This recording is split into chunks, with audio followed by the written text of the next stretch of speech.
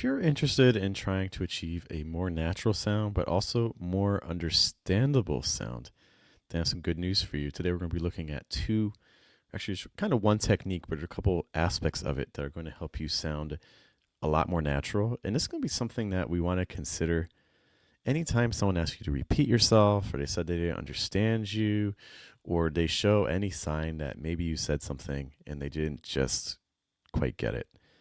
And it doesn't have to be that you even necessarily mispronounced a word at all. It could just be that we were missing some elements, especially elements related to contrast, that can completely change the experience your listeners have.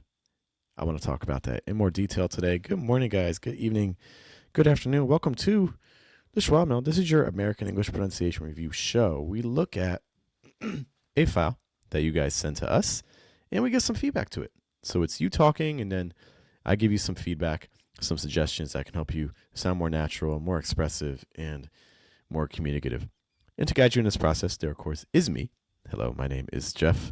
It rhymes with breath. That's one of the 4 keys that's fundamental for a natural sound in American English, including placement, pitch, breath, and trying to weaken your consonants in order to strengthen your vowels. I have another file that I want to take a look at today, and we'll dive in. So let's take a listen and see what this one sounds like. Which is a very small thing to say. People have said so many things about me at this point, but at the time.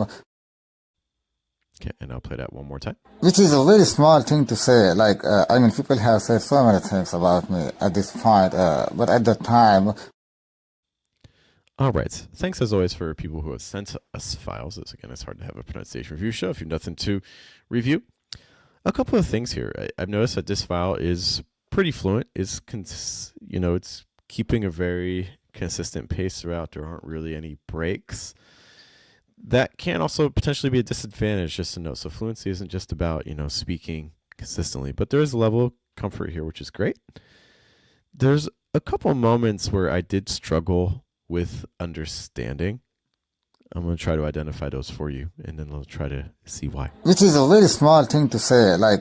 People have said so many things about me at this. Right around people, to me, that little section in there, I had a bit of a hard time understanding that. Which is a very small thing to say. People have said so many things about me at this point, but at the time.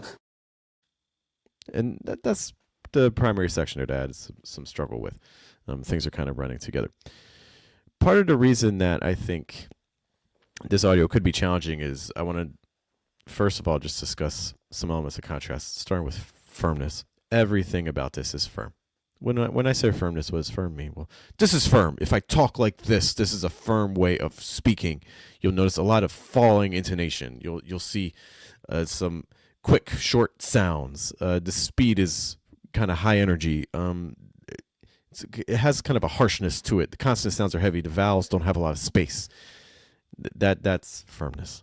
Versus this is softness. You can see here, it's almost like the speed started slowing down a little bit. The vowels are given more space. When you give vowels more space, it makes the sound, you lose some of that rigidness and harshness to it. Okay, it's not the same thing as just whispering. Again, firmness isn't about whispering, but it's like taking the edge off of what you say.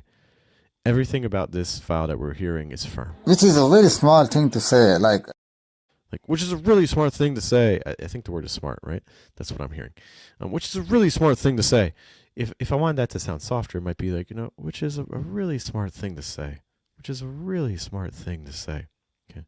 One other thing that may be happening, if you find that this speaks to you, that you use a lot of firmness in your own speech, what it could also be a sign of too is that maybe your placement's really high and your breath is really limited, and maybe you're having a lot of, for instance, mouth movements and things like that. The more muscles you engage, the easier it is to create a tenser sound. Which is a very small thing to say. People have said so many things. Some ways to break that up. So we talked about making things softer, not relying so much on firmness.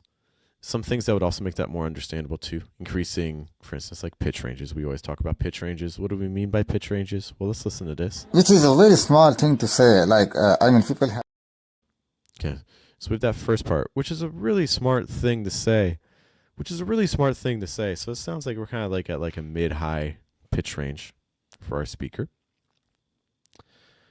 Then after that, we get these two words, and this is where I really wanted to focus. We see this like, and we see this and these are filler words. If you're not sure what filler words are like those likes, you know.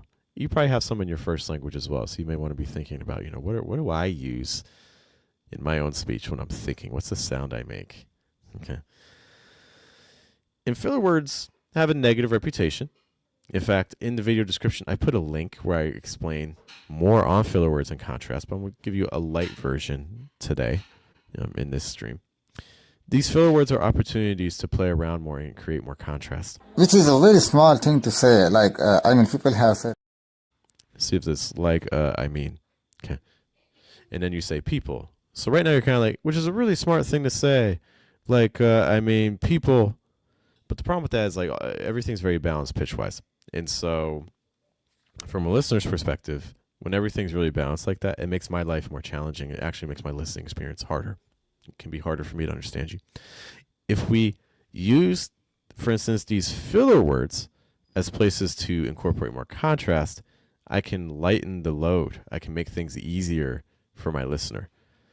So we have like really smart thing to say, and then we have this people, and that those two words are almost at the same pitch. And in between those, we have these filler words. These filler words can be opportunities to, for instance, incorporate some softness, like I mentioned earlier. We can also play around a little bit with speed. One of the things here is the sound is almost always at the same speed throughout this. So we can play around with speed more, which will make listening easier. And we can also play around with pitch. So you're kind of using like three filler words here.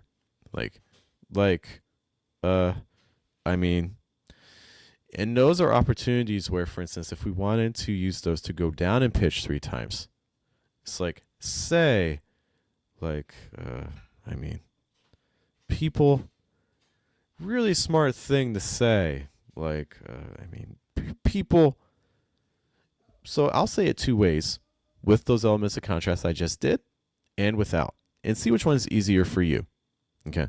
The first time with the contrast, which is a really smart thing to say, people, which is a really smart thing to say, people, and I probably even went too high there on people. Okay. For me, for my own listening experience, that first one with the contrast is going to be much, much easier. Which is a very small thing to say. People have said so many things about me. Okay. So that's the big thing. Filler words can be opportunities to incorporate some more contrast. They can be opportunities for you to make change from however you did it before. Very often filler words are going to go down in pitch. Very often filler words are going to be lighter. They're going to be faster. They're going to be weaker. Try using it in your own speech. Take a little phrase, put a little filler word somewhere in there, and make sure that filler word breaks the pattern, whether it's going lower in pitch, it's weaker, maybe it's softer, whatever it may be, and see if that actually makes things easier. Okay. If you like that concept, if you want to practice that more, again, take a look at the video description. I've included a link to a video where I explain more about the value of filler words.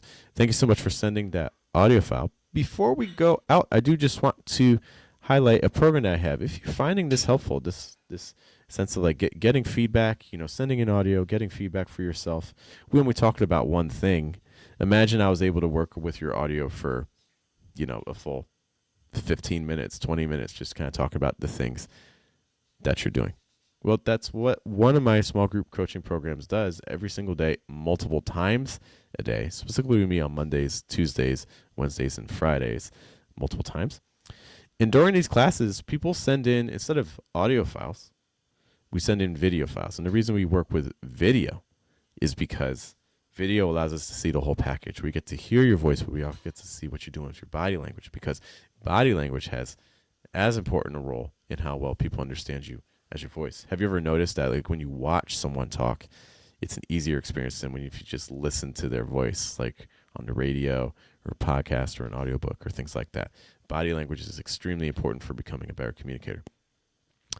The last thing I'll say about the Magnet Lab program is I've been thinking a lot more about it and just how to tell people about it, because I've been really thrilled with the growth that our members have doing. They're doing things like they're teaching for the first time. They're comfortable being on video for the first time. They're comfortable talking about new topics with strangers for the first time. And I want you to have that experience too. And they're also just becoming a lot more informed and skilled at expressing themselves, which has also kind of gotten me to think about, even native speakers. Like, think about in your first language. Are you the best speaker of your first language?